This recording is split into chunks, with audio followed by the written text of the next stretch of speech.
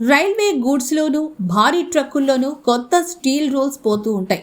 ఒక పెద్ద లారీలో ఒకటో రెండో స్టీల్ రోల్స్ పెట్టి పంపుతుంటారు. రైళ్లలో అయితే ఒక్కో ర్యాక్లో 2 స్టీల్ రోల్స్ పెట్టి పంపుతూ ఉంటారు. ఇలాంటి స్టీల్ రోల్స్ ఇంత పటిష్టంగా, ఇంత భద్రంగా అంత పెద్ద వాహనంలో ఎందుకు పంపుతారో తెలుసా? ఈ స్టీల్ రోల్స్లో 2 రకాలుంటాయి. ఒకటి హాట్ స్టీల్ రోల్స్, రెండోది cold steel rolls. Hot steel రోల్స్తో భవన నిర్మాణ సామాగ్రి, పెద్ద పరిశ్రమలకు వాడే స్టీల్ పరికరాలు, యంత్రాల్లో దీన్ని వాడతారు. ఒక్క స్టీల్ రోల్ కనీసం 15 టన్నుల బరువు ఉంటుంది. ఇది 30 టన్నుల వరకు కూడా ఉండొచ్చు.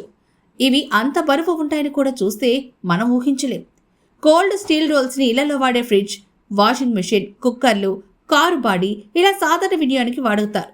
ఇలా సాధారణ వినియోగానికి వాడుతూ ఉంటారు. ఈ స్టీల్ రోల్స్ వెనుక ఎంత కథ ఉందని చాలామందికి తెలియకపోవచ్చు.